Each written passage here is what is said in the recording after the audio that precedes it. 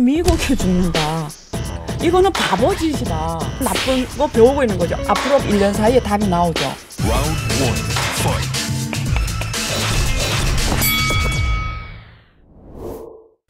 안녕하세요. 박종훈의 경제한방입니다.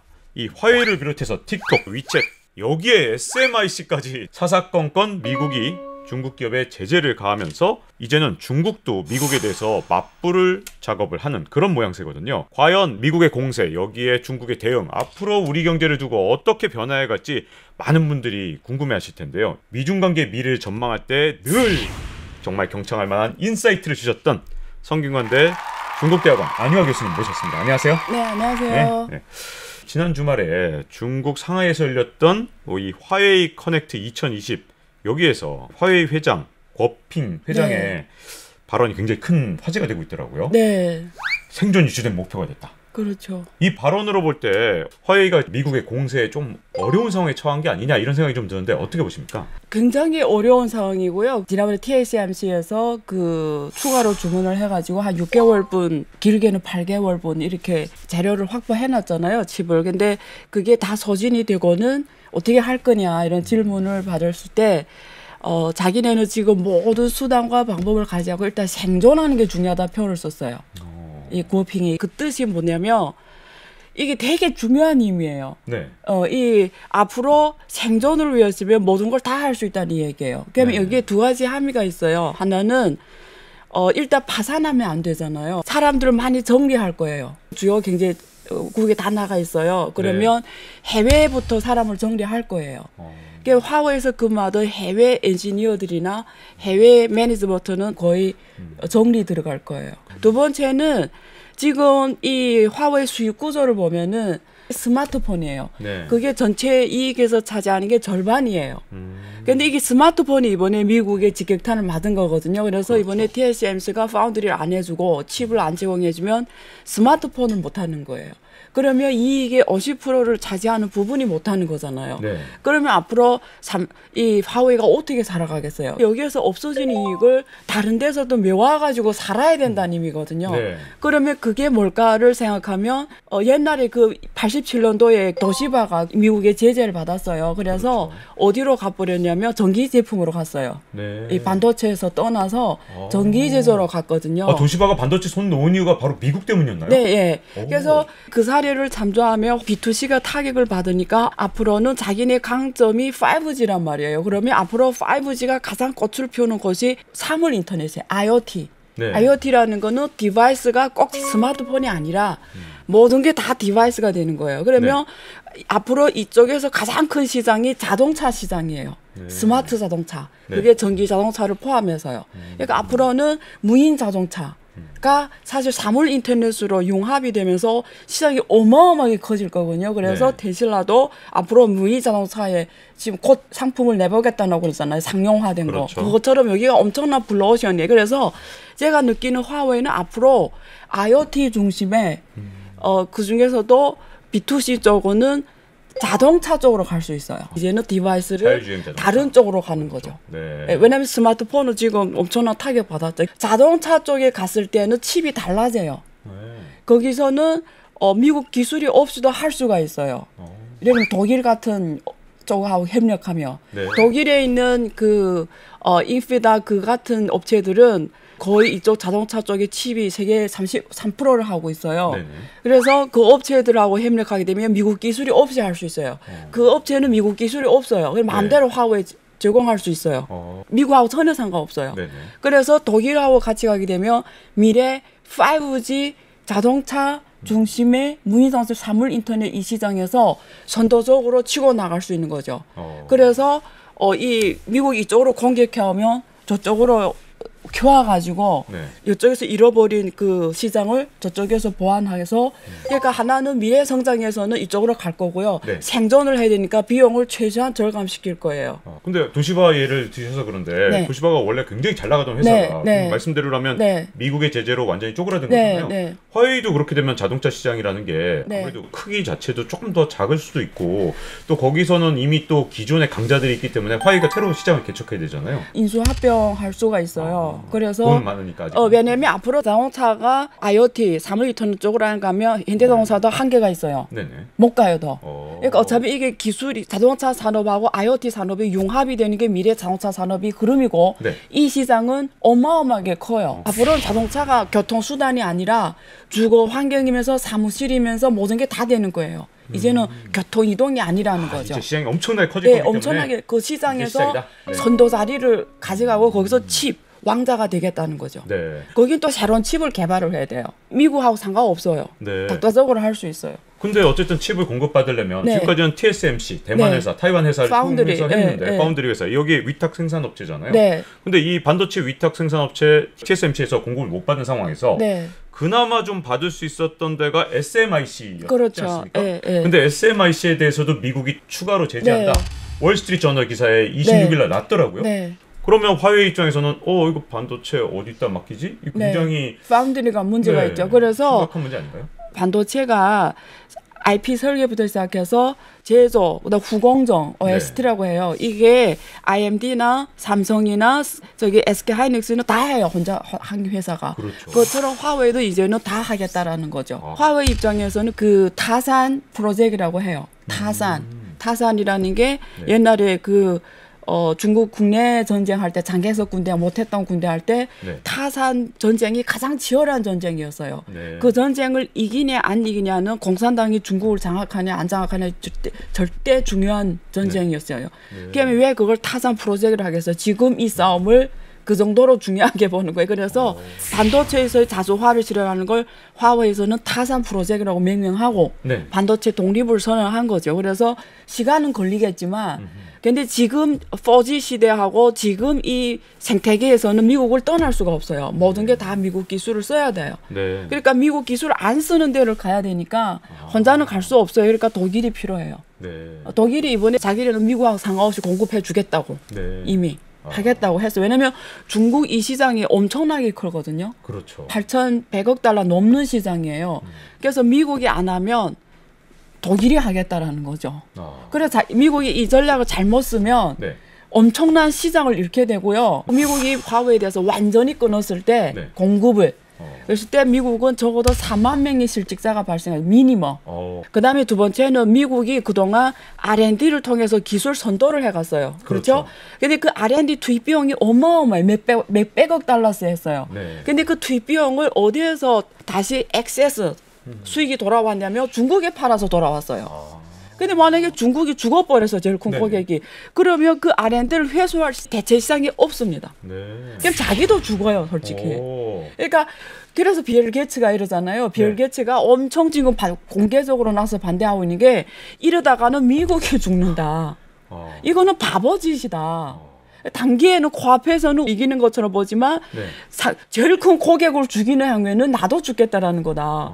이 몇천억 달러 시장을 왜 이렇게 그냥 바보처럼 죽이냐. 네네. 그렇죠. 그렇죠. 그래서 그런 건지 미국에서 뭐 SMIC 새로 규제하고 자국 기업인 인텔과 AMD에 대해서는 화웨이하고 거래할 수 있도록 또 이 라이선스를 발급을 했더라고요. 네. 왜 이렇게 한 거죠, 도대체? 두 가지 원인인데 하나는 그 AMD하고 인텔이 중국에 대한 의존도가 너무 높은 거예요.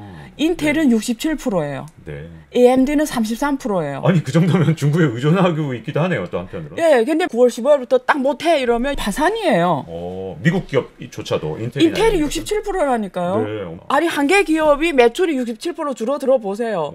그 많은 그 직원들을 어떻게 먹여 살래요? 말이 돼요? AMD는 33%. 두 번째는 인텔하고 AMD 하는 거는 PC 칩이에요. 네. 스마트폰 칩이 아니에요. PC 칩. 네. 근데 PC 세계에서는 미국이 절대 강자예요. 여기는 화웨이가 맹함이 없어요. 네. 전 세계 노트북 시장에서 화웨이가 차지하는 게 4%도 안 돼요. 전체 시장에서도 글로벌 시장에서 맹함도 못 내밀어요. PC는 어차피 지금 상황에서는 전략적으로 너무 중요하지 않고 그리고 저도 상관없다 이래거예요. 이거는 중요한 게 앞으로 PC 칩은 준단 말이에요. 그래서 지금 생각한 게 앞으로 데스크탑 있잖아요. 그걸 지금 키우겠다라는 거예요. 생존을 위해서.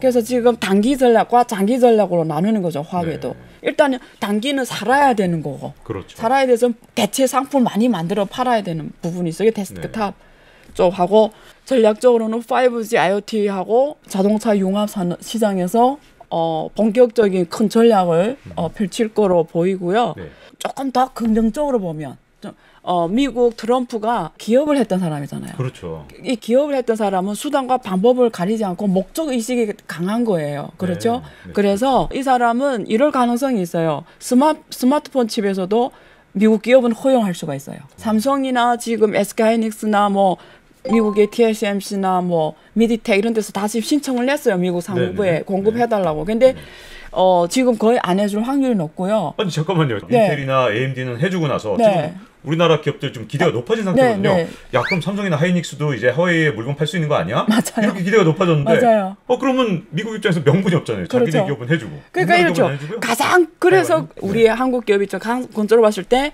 앞으로 8개월 내지 1년 사이에 답이 나오죠. 네. 왜냐면 그게 해준다는 마음을 갖고 정상적으로 뭐 해줘도 8개월에서 1년 걸려요. 시간을 줄줄 끄면서 예. TSMC나 예, 이게 가장 긍정적인 시나리오. 근데 중간 시나리오는 이 외국 기업은 안 해주고 자기 기업에서 퀄컴이 해주는 거죠. 퀄컴의 스마트폰 디바이스에서 화웨이한테 야 퀄컴 네 칩을 팔아라 이렇게 되는 거죠. 그건 좀 너무한 거 아닙니까? 비열한 거죠. 억울할 것 같은데요? 타이완이 트럼프는 이런 걸 신경 안 쓰잖아요. 그래서 아메리카 중국 입장에서 조금 긍정적으로 보는 게 퀄컴이 칩을 공급해 주는 거예요. 근데 IMD도 파운드리 다 하거든요. 네. 그러니까 우리가 미국의 마음을 읽으면 미국은 이런 거죠. 중국 장사를 우리만 할 거야. 네. 나머지는 하지 마 이거 되는 거죠. 한국의 입장에서는 가장 배드 시나리오인 거죠. 그러니까 정말... 대만하고 한국 입장에서는 딱 펼치고 보니까 결국 자기네 혼자 하겠다는 거네. 그렇잖아요. 그렇죠. 결국은 이 글로벌 시장에서 경쟁자를 배적하기 위해서 지금까지 이 연출을 한 거네 트럼프가. 네. 그렇잖아요. 다 못하게 하고는 결국은 자기네 기업만 다 하게 하는 거죠.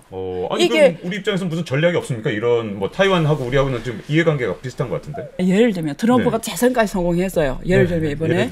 그러면 그렇게 갈 확률 높단 말이에요. 왜냐하면 트럼프는 기업하던 사람이기 때문에 저 큰 고기 덩어리를 그냥 돈을 독일 같은 나라에 주려고 안 할 거예요. 얼마나 트럼프가 이게 돈에 대한 감각이 강한 사람이에요. 그렇죠. 아까 자동차 산업 독일하고 중국이 서로 힘을 합치면 그렇죠. 미국이 앞설 수도 있죠. 그렇죠. 그러니까 이게 그 기업하는 사람으로서 그 큰 고기 덩어리를 남한테 주겠어요. 네.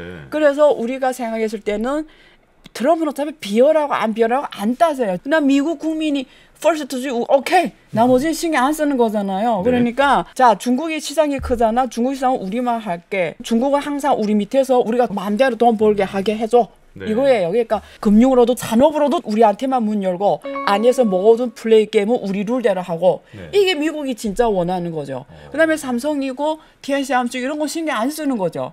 자 그러면 어떻게 되겠어요? 단기에는 미국이 되게 많이 이익을 보잖아요.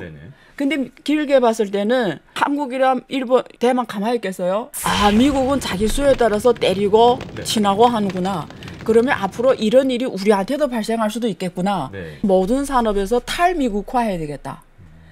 다시 R&D를 하겠죠. R&D를 엄청 투자해가지고 될수록 모든 산업에서는 미국 기술을 안 쓰려고 노력하겠죠.